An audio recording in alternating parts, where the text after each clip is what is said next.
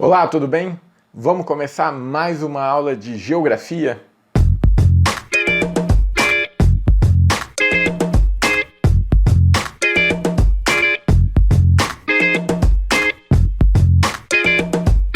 Essa é mais uma aula sobre demografia.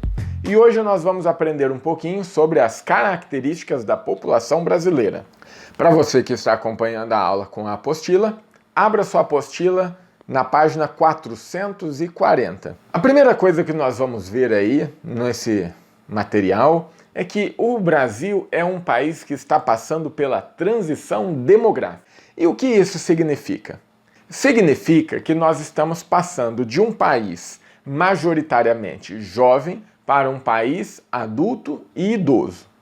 Tá confuso? Lembra da pirâmide etária? Eu já expliquei aqui para vocês, tá? Se você não lembra, assiste o outro vídeo sobre demografia e o link está aqui debaixo na descrição, tá? Olha só, quando nós falamos que o Brasil ou qualquer outro país está passando pela transição demográfica, significa que nós estamos deixando de ter essa pirâmide de base larga e topo estreito, ou seja, muitas crianças e jovens e poucos idosos, para essa pirâmide com base estreita e topo largo. Notou a diferença? Olha agora uma do lado da outra. Nessa pirâmide com a base mais larga, lembra, a base está mostrando o quê? Está mostrando as crianças. Então, se a base está mais larga, significa que tem mais crianças. Então, nós estamos deixando de ter essa pirâmide para ter essa aqui, que tem menos crianças e mais adultos e idosos. Significa que no Brasil de hoje estão nascendo menos crianças e as pessoas estão vivendo mais. É isso, bem facinho, tá? Outra característica da população brasileira é que o nosso país é considerado um país populoso. Quando nós dizemos que um país é populoso, significa que ele tem um número total de habitantes muito grande. Atualmente, o Brasil é a 6ª maior população do mundo. Até há poucos anos atrás, o Brasil era o 5º, mas foi ultrapassado pelo Paquistão, que está tendo níveis de crescimento demográfico mais rápido, mais elevados, portanto, do que o nosso país. Mas hoje, então, o Brasil é o 6º mais populoso do mundo. Ou seja, nós temos aí uma população absoluta muito grande. Marca bem esse termo, tá?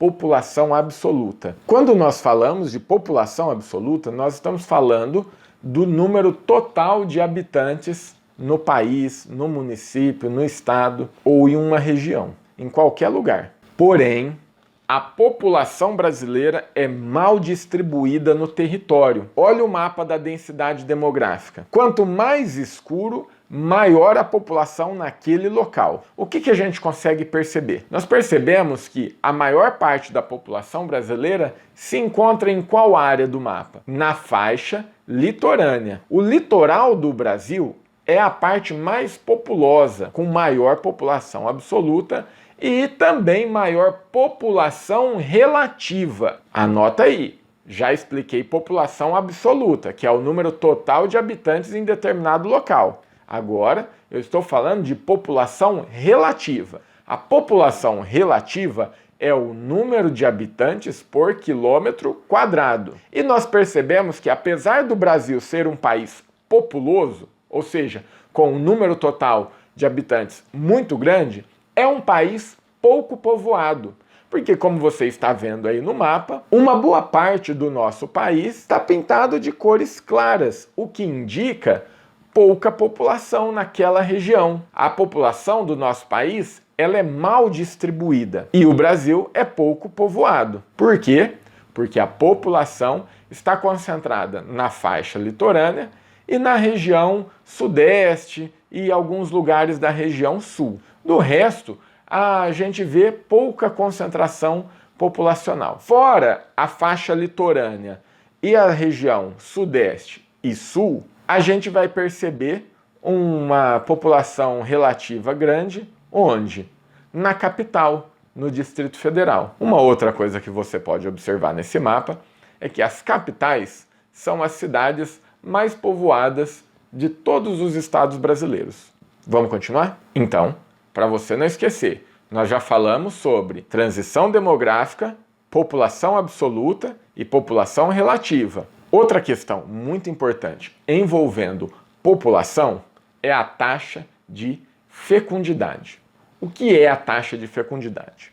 A taxa de fecundidade corresponde ao número de filhos por mulher em idade fértil. Observe o gráfico. O que a gente consegue perceber aqui? Que no começo a linha está bem alta e depois ela vai abaixando. Essa linha indica a taxa de fecundidade no nosso país, no Brasil, de 1940 até 2010. Sabe por que não tem dados de 2020 ainda? Porque ainda não aconteceu nenhum outro censo depois de 2010. Legal? Então esse dado, apesar de ser de 10 anos atrás, ele é o mais atualizado que nós temos, oficialmente. O que a gente tira de conclusão aí nesse gráfico? Olha só, em 1940, cada mulher tinha, em média, 6 filhos. E o que a gente observa? Que houve uma redução na taxa de fecundidade. Em 2010, cada mulher tinha, em média, menos de 2 filhos. E por que essa redução? De 1940 até 2010, ocorreram muitas transformações, tanto na sociedade quanto na economia. As famílias deixaram de morar no campo e passaram a morar nas cidades, e isso é um fator que contribui. As mulheres que antes só ficavam em casa cuidando da família e dos filhos, passaram a estudar e trabalhar fora, além, é claro, dos novos métodos contraceptivos que surgiram. Tudo isso contribuiu para a redução da taxa de fecundidade, que é o quê? O número de filhos por mulher. Outra questão que contribui para a redução da taxa de fecundidade é a escolaridade. Quanto mais a mulher estuda, menos filhos ela tem. Observando esse gráfico, nós conseguimos perceber o quê? Que quanto maior o grau de instrução, menos filhos as mulheres têm. Que conclusão nós podemos tirar disso? Nós podemos concluir que quanto melhor a qualidade de vida, quanto maior o acesso à educação e quanto maior a renda, porque de acordo com o IBGE, quem estuda mais, ganha mais, menos filhos a mulher vai ter. Esse é um ponto muito importante. Marque bem. Se você não entendeu, pausa e volta o vídeo e assiste de novo. Se ficou alguma dúvida ainda, deixa um comentário aqui embaixo que eu vou responder para você. Além de ser um país em transição demográfica, de ser um país populoso, pouco povoado e que vem diminuindo a taxa de fecundidade, outro ponto interessante é a distribuição da população de acordo com a raça ou cor da pele. Vamos analisar outro gráfico? Olha só, a população brasileira está distribuída da seguinte forma. Nós temos aí quase metade da população no Brasil branca. A outra metade, na verdade, um pouquinho mais do que a metade, é formada por pretos e pardos. Além dos brancos, pretos e pardos, nós temos uma minoria indígena e amarelos. Não sabe o que são os amarelos? São os asiáticos, como por exemplo os japoneses. É assim que nós denominamos esse grupo étnico. Em relação à distribuição por sexo, o número de mulheres é um pouco maior do que o de homens, porque as mulheres vivem mais. Olha que dado interessante. No Brasil, nascem mais meninos. Porém, os homens, meninos, homens, morrem mais do que as mulheres, ou seja, eles morrem antes. Esse fato está associado a diversos fatores, como por exemplo, o fato dos homens se envolverem mais em violência urbana, acidentes de trânsito, e as mulheres vão ao médico com maior frequência, o que possibilita a descoberta de doenças mais cedo e assim facilita o tratamento. Por isso a gente percebe na pirâmide etária que na faixa dos idosos as mulheres apresentam ali uma proporção um pouquinho maior do que os homens.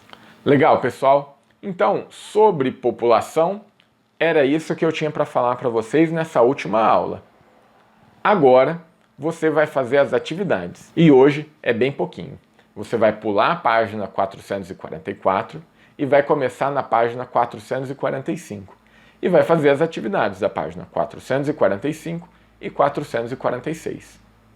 Quando você terminar, você pode assistir o vídeo com as correções dessas atividades. O link para o vídeo está aqui debaixo também na descrição desse vídeo. Beleza? Valeu, pessoal, e até a próxima!